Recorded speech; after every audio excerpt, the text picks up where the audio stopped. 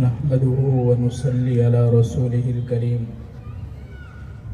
أما بعد أعوذ بالله من الشيطان الرجيم بسم الله الرحمن الرحيم وَلَقَدْ آتَيْنَاكَ سَبْعًا مِنَ الْمَثَانِي وَالْقُرْآنَ الْعَظِيمِ۔ صدر محترم حضرت مفتی محمد عارف صاحب دامت برکاتہ، معزز محترم علماء کرام، میرے پیارے وڈیلوں اور سجنوں اور میری محترمہ مائیں، بہنیں اور پیاری بیٹیاں، ہم نے 2 مدرسوں کے پروگرام سنے، مدرسہ فلاح دارین، مدرسہ توحید الاسلام۔ کئی مدارس کے پروگرام میں شرکت کا موقع ملا۔ میں آپ کو خوش کرنے کے لیے نہیں، اساتذہ کو اور مدرسین کو خوش کرنے کے لیے نہیں، پر میں نے ہر پروگرام بہت دھیان سے دیکھا بھی اور بہت دھیان سے سنا بھی۔ معصوم بچوں نے اور معصوم بچیوں نے اتنا بہترین پرفارمنس بتایا کہ شاید کہیں ایسا دیکھنے کا موقع ملا ہوگا۔ محنت ہوئی، فکریں لگی اور برابر مشق اور پریکٹس کروائی۔ جیسے انگریزی کی کہاوت ہے، practice makes a man perfect. مشق اور محنت اور پریکٹس انسان کو پرفیکٹ بناتی ہے۔ ہم نے معصوم بچیوں کو دیکھا، بغیر ڈرے، مرعوب نہیں ہوئے۔ چھوٹی چھوٹی بچیاں اپنی پیاری آواز میں اور چھوٹے معصوم بچے بہترین خطیب کے انداز میں جو بول رہے تھے، بہت سننے کا مزہ آیا، اور سننے کے دوران میں رتی برابر سستی کا احساس بھی نہیں ہوا۔ الحمدللہ ہمارے نوجوان علماء نے بڑی محنت کی ہے، محنت سے ہی ہمیں انداز آتا ہے۔ اس کے علاوہ ہمارے جو مقامی علماء ہیں، مقامی علماء ہمارے فیملی ڈاکٹر کی طرح ہے۔ فیملی ڈاکٹر کو معلوم ہوتا ہے ہمارا مزاج بھی، ہماری طبیعت بھی اور ہماری بیماری بھی۔ وہ مناسب اور باڈی کو جو موافق آوے ویسی ہی دوا وہ تجویز کرتے ہیں۔ ایک باہر کا ڈاکٹر ہوتا ہے، باہر کے ڈاکٹر کو سب کہنا پڑتا ہے، مجھے یہ ہوتا ہے، یہ ہوتا ہے، یہ ہوتا ہے، لیکن فیملی ڈاکٹر کو کہنے کی ضرورت نہیں پڑتی۔ وہ ہمارے احوال سے اچھی طرح واقف ہیں، تو ہمارے مقامی علماء بہت اچھی طرح ہماری بیماری سے واقف ہیں۔ پروگرام بھی ماشاءاللہ دیکھا کہ پروگرام میں بھی ہماری دکھتی نسوں کے اوپر ہاتھ رکھا گیا۔ جو ہماری نسیں دکھ رہی تھی، دکھتی ہوئی نسوں کے اوپر انہوں نے ہاتھ رکھا، ہماری معصوم بچوں نے اور بچیوں نے۔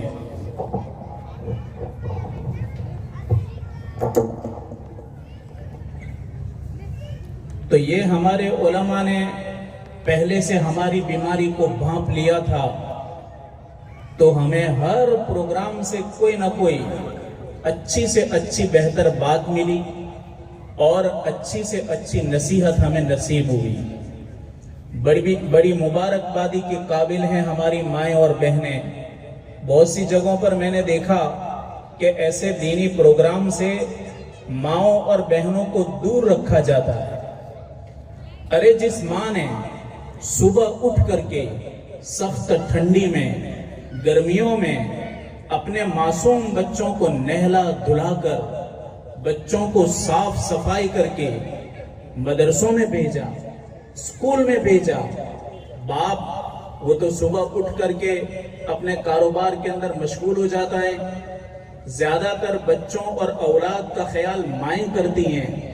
تو جن ماؤں نے اپنی پوری جوانی کو گلا دیا، پگھلا دیا اور اپنا عمر کا زیادہ تر حصہ ان بچوں کے اندر برف کی طرح پگھلا دیا، وہ مائیں زیادہ حقدار ہیں کہ اپنے معصوم بچوں کو اسٹیج کے اوپر دیکھیں کہ میرا بچہ اسٹیج پر آ کر کیسا پروگرام پیش کرتا ہے۔ لیکن میری مائیں اور بہنیں، ایک زمانہ تھا کہ امت کی مائیں تہجد کے وقت رات کو اٹھ کر کے دعائیں مانگا کرتی تھی اپنی اولاد کے لیے۔ آج ہماری یہ نسل ایسی ماؤں سے محروم دکھائی دے رہی ہے۔ ایک ماں رات کو اٹھ کر کے اپنی آنکھ سے گرم آنسو بہائے اور اپنی اولاد کے لیے دینی اور دنیاوی ترقی کا اللہ سے سوال کرے، اللہ تبارک و تعالیٰ ایسی ماں کی دعاؤں کو کبھی رد نہیں کرتا، ضرور قبول کر لیتا ہے۔ لیکن آج ایسی تو مائیں مل جائے گی کہ رات دیر تک موبائل کی اسکرین پر کئی گھنٹوں تک اپنی نظریں جماتی نظر آئے گی، لیکن تہجد کے وقت اٹھ کر کے اپنی آنکھ سے دو گرم آنسو بہانے والی مائیں شاید مشکل سے ملیں گی۔ اب ایک معصوم بچی نے موبائل کے اوپر بہت بہترین انداز میں تقریر پیش کی، اس کا ہر شبد اور ہر لفظ سینے پر لگ رہا تھا۔ اللہ تبارک و تعالی اس بچی کو مزید ترقیات سے مالا مال فرمائے۔ ہماری بچیوں میں بڑی صلاحیت ہوتی ہے، لیکن یہ بچیاں کب ضائع ہو جاتی ہیں؟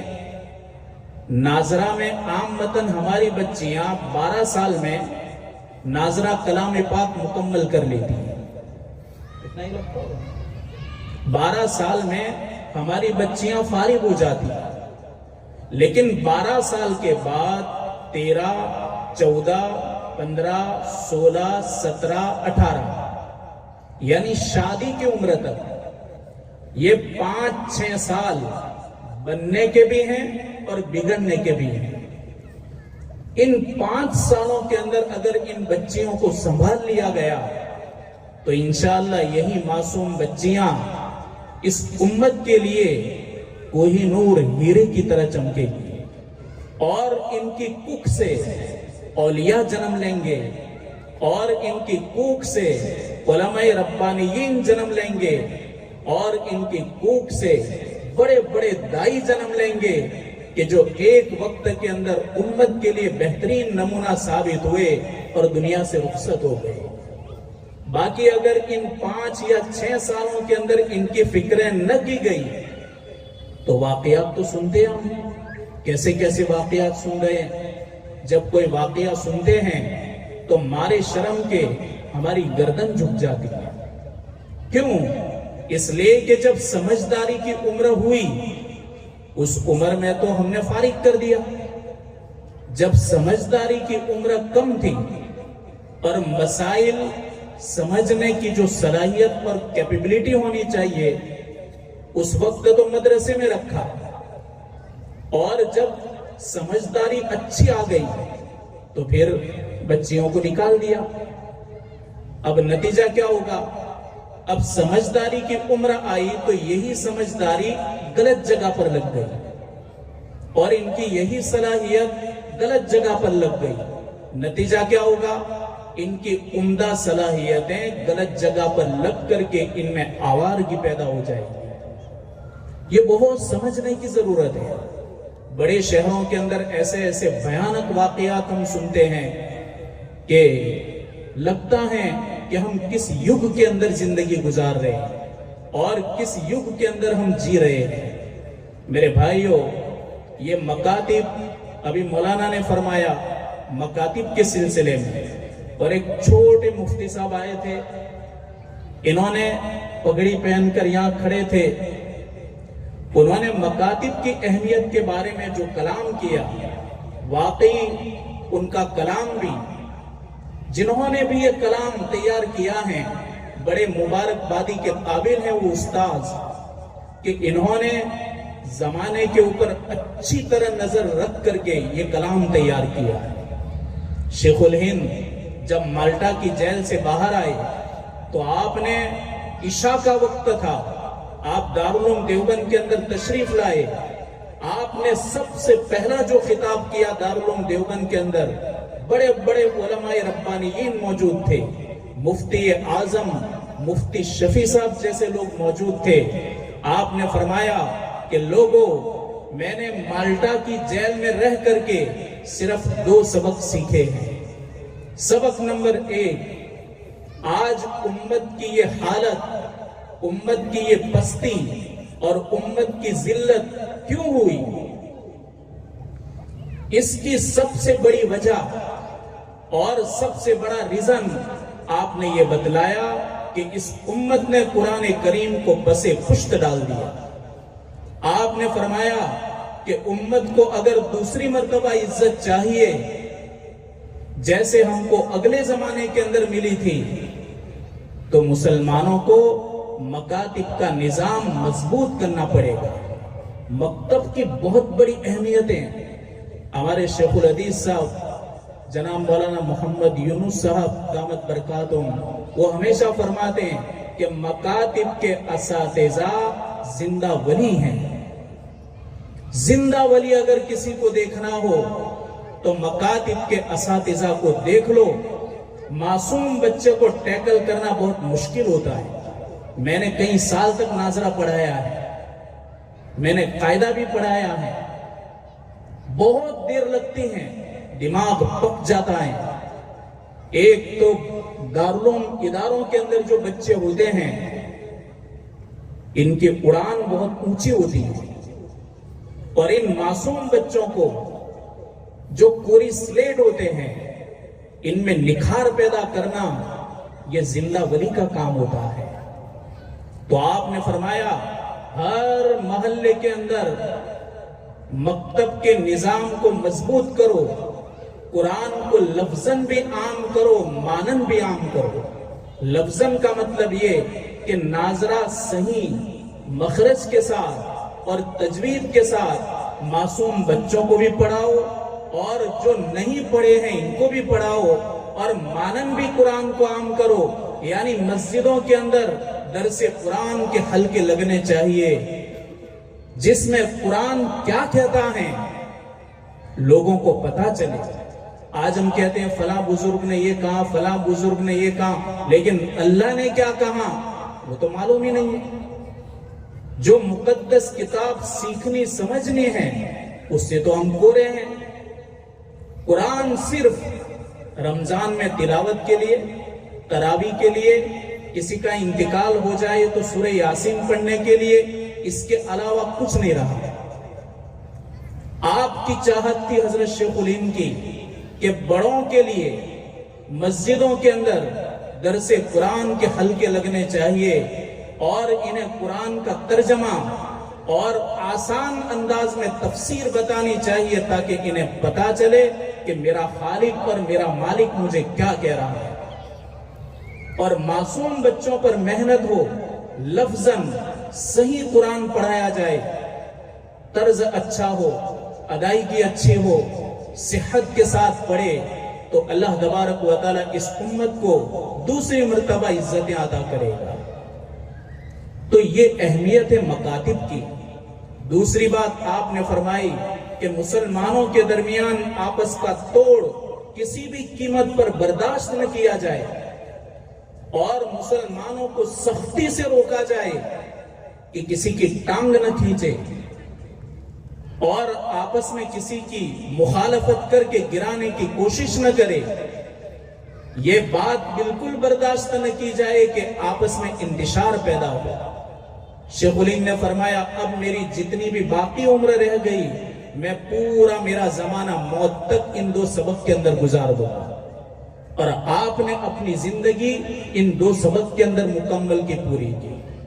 میرے بھائیوں، اس قرآن نے تو حیوانی زندگی سے نکال کر کے صحابہ اکرام جیسی مقدس جماعت اور صحابہ جیسا سماج کہ آج سورج اور چاند اور زمین نے جو سماج پہلے دیکھ لیا، قیامت تک اب ایسا سماج ہوئے زمین پر نہیں آ سکتا. حیوانی زندگی سے نکال کر کے ان کو ایمانی مجاز عطا فرمایا. مجاز کبھی حیوانی ہوتا ہے، کبھی شیطانی ہوتا ہے اور کبھی ایمانی ہوتا ہے۔ حیوانی مزاج یعنی جانوروں جیسا مزاج۔ حیوانی مزاج کیا ہوتا ہے؟ کھانا، پینا، لڑنا اور خواہش پوری کرنا، یہ حیوانی مزاج ہے۔ یہ جانوروں کی زندگی ہے۔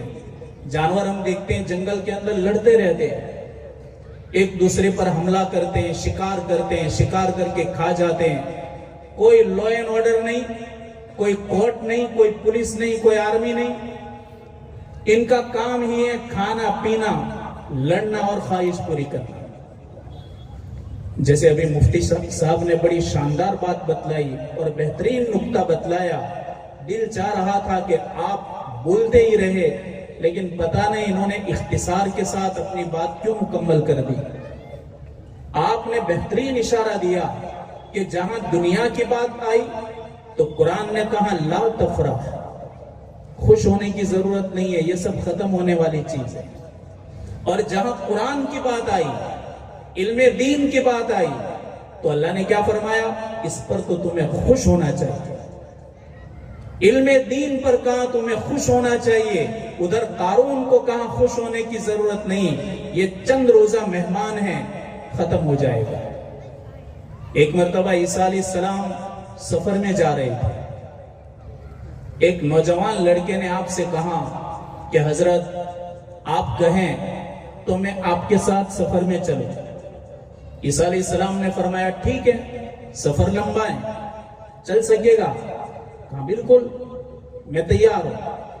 عیسیٰ علیہ السلام اس نوجوان کو لے کر چلے، دور پہنچے، رات ہو گئی۔ آپ اپنے ایک جان پہچان والے کے گھر رات کو رک گئے۔ آپ نے رات کا قیام کیا۔ جب صبح ہوئی تو اس نے 3 موٹی روٹیاں بنائی، بڑی اور موٹی۔ عیسیٰ علیہ السلام کو فرمایا کہ یا روح اللہ، اے اللہ کے نبی، یہ 3 روٹیاں آپ اپنے ساتھ رکھو، سفر میں کام آئے گی۔ عیسیٰ علیہ السلام نے روٹیوں کو لپیٹ لیا، تھیلی کے اندر بھر لیا اور اس لڑکے کو لے کر کے آپ روانہ ہوئے۔ صبح سے دوپہر تک چلتے رہے۔ دوسرے دن پھر ایک درخت کے نیچے بیٹھے، کہا کہ لاؤ روٹی لاؤ، بھوک لگی ہے، ہم کھانا کھا لیں۔ عیسیٰ علیہ السلام نے ایک روٹی کھائی، نوجوان نے ایک روٹی کھائی، ایک روٹی بچ گئی۔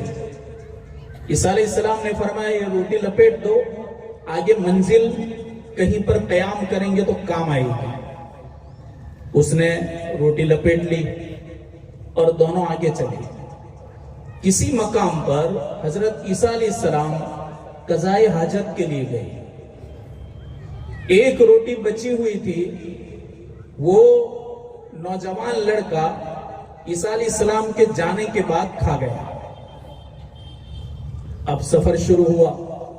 جب بھوک لگی تو عیسیٰ علیہ السلام نے فرمایا لاؤ روٹی کہاں ہے؟ کہا روٹی تو پتہ نہیں کہاں گئی، مجھے معلوم نہیں ہے۔ عیسیٰ علیہ السلام نے فرمایا کہ تیرے اور میرے سوا کوئی نہیں ہے تو روٹی گئی کہاں؟ نوجوان نے کہا کہ مجھے معلوم نہیں ہے کہاں گئی۔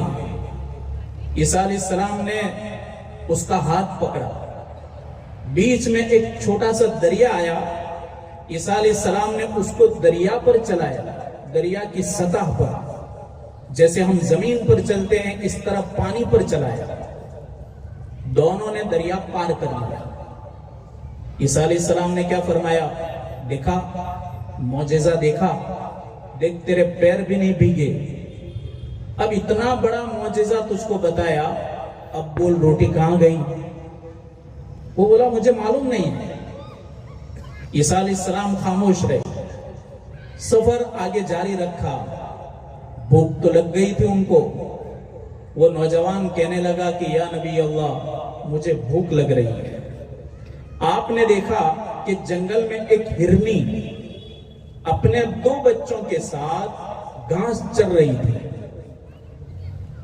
عیسیٰ علیہ السلام نے ان 2 بچوں کو بلایا، وہ آ گئے، اس لیے کہ اللہ نے آپ کو معجزہ عطا فرمایا تھا کہ قبرستان میں کسی قبر پر کھڑے ہو کر کہتے قم بإذن اللہ، اللہ کے حکم سے کھڑا ہو جا، مردہ زندہ ہو کر کے باہر نکل جاتا تھا۔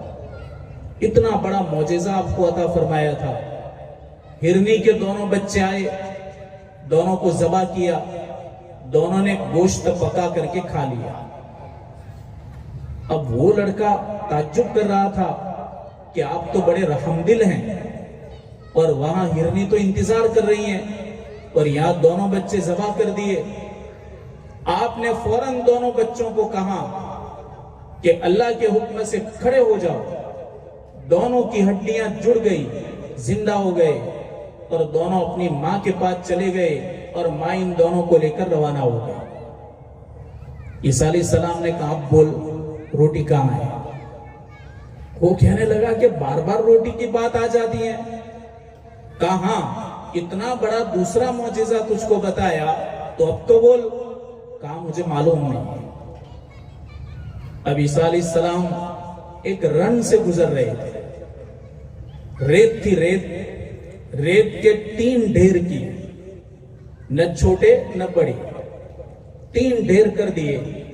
عیسیٰ علیہ السلام نے فرمایا کہ اللہ کے حکم سے تینوں ڈھیر سونا بن جائے، چمکدار 20 کیرٹ والا سونا بن گیا، اور بھوکی نظر آنے لگی سونے کی۔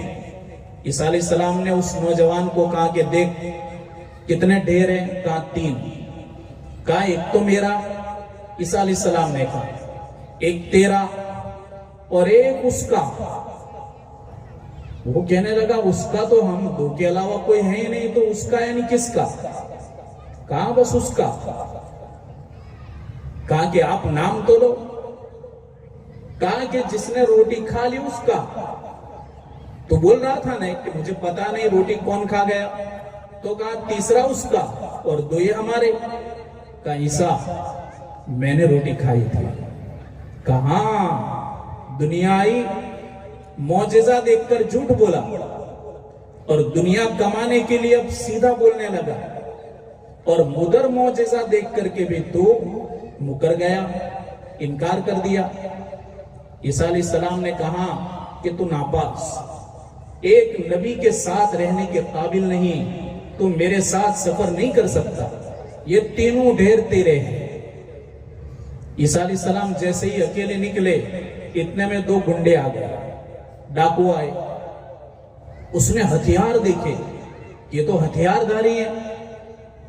وہ ڈر گیا۔ اس نے کیا کہا؟ دیکھو مجھ پر حملہ مت کرو، 3 ڈھیر ہیں، ایک میرا 2 تمہارے۔ کہاں تو بات برابر ہے، ورنہ تیری گردن آج نیچے اتر جاتی۔ کہا کہ ایک ڈھیر میرا اور 2 ڈھیر تمہارے۔ لیکن انہوں نے کہا اس کو اٹھائے کیسے، اس کو بھرے کس میں؟ ایک آدمی کو کہا کہ تو بازار جا، کھانا بھی لیا اور وہاں سے کوئی ایسی چیز بھی لیتے آنا، مٹکا ہو یا کوئی برتن ہو، اس میں ہم بھر لیں گے۔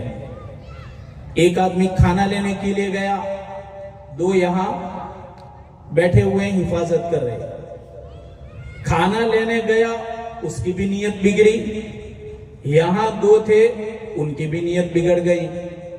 ان دونوں نے مشورہ کیا، وہ آوے فوراً حملہ کر کے مار گرائیں گے، تو سارا یہ سونا ہم 2 کا ہو جائے گا۔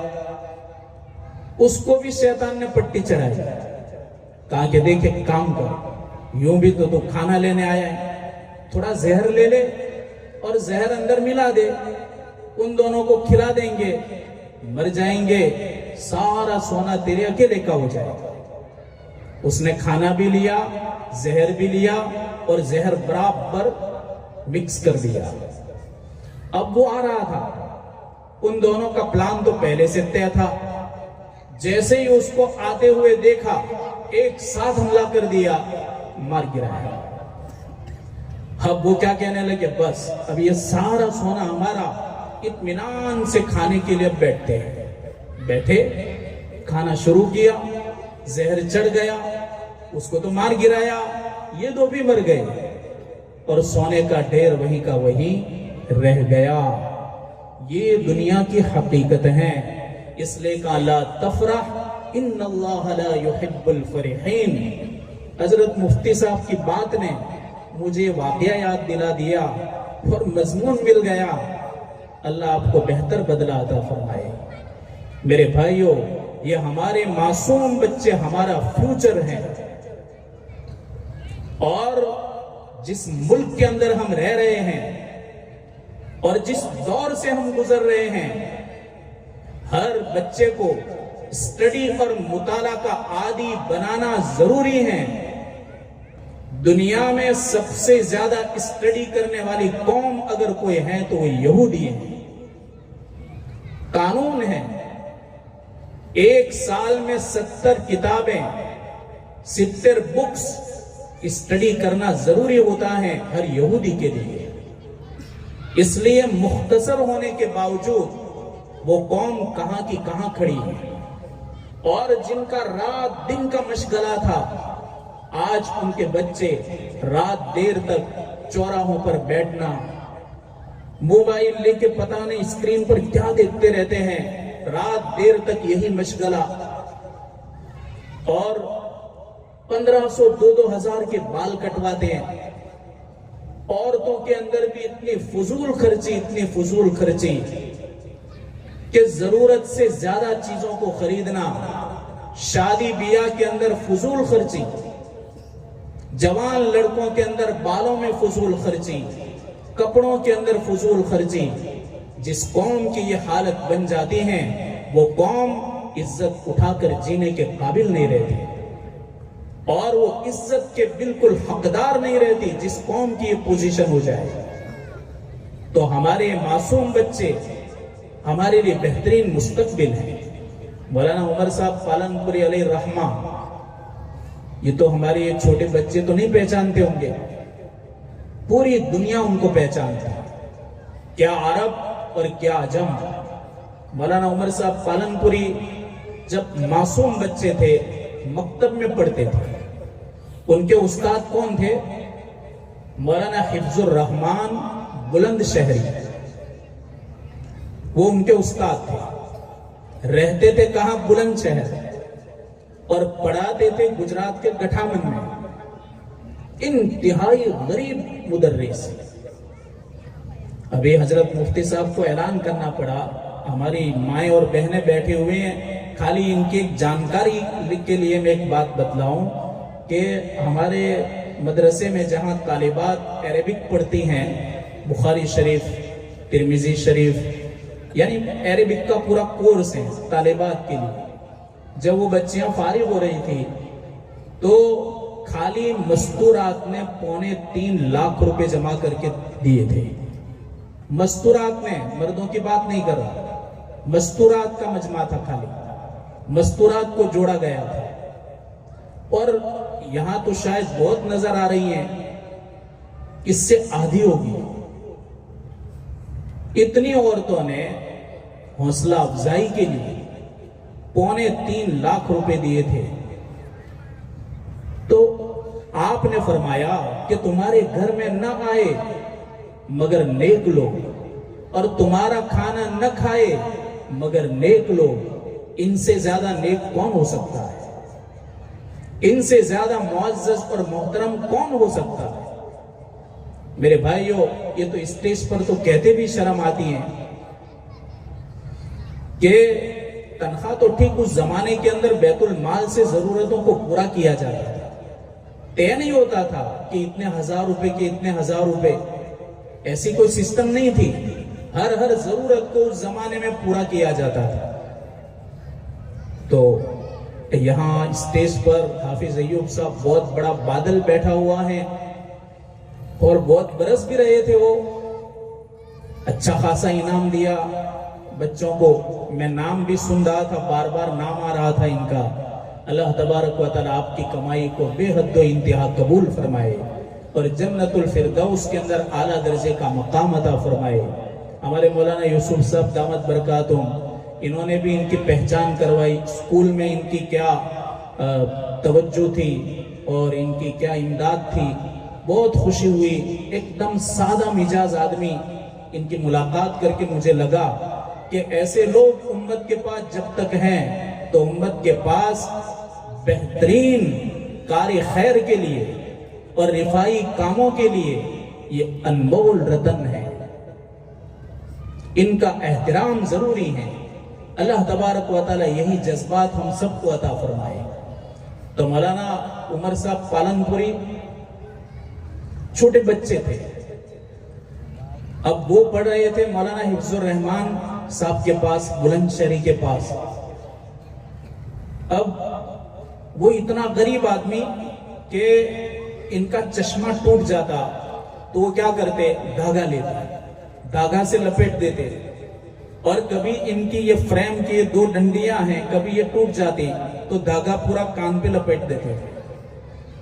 جب جوتا ٹوٹتا تو جوتے کو بھی وہ ڈوری لگا دیتے تھے۔ کئی سال تک انہیں معلوم نہیں تھا کہ اسی معصوم بچوں کے ٹولے کے اندر دائی کبیر چھپا ہوا ہے۔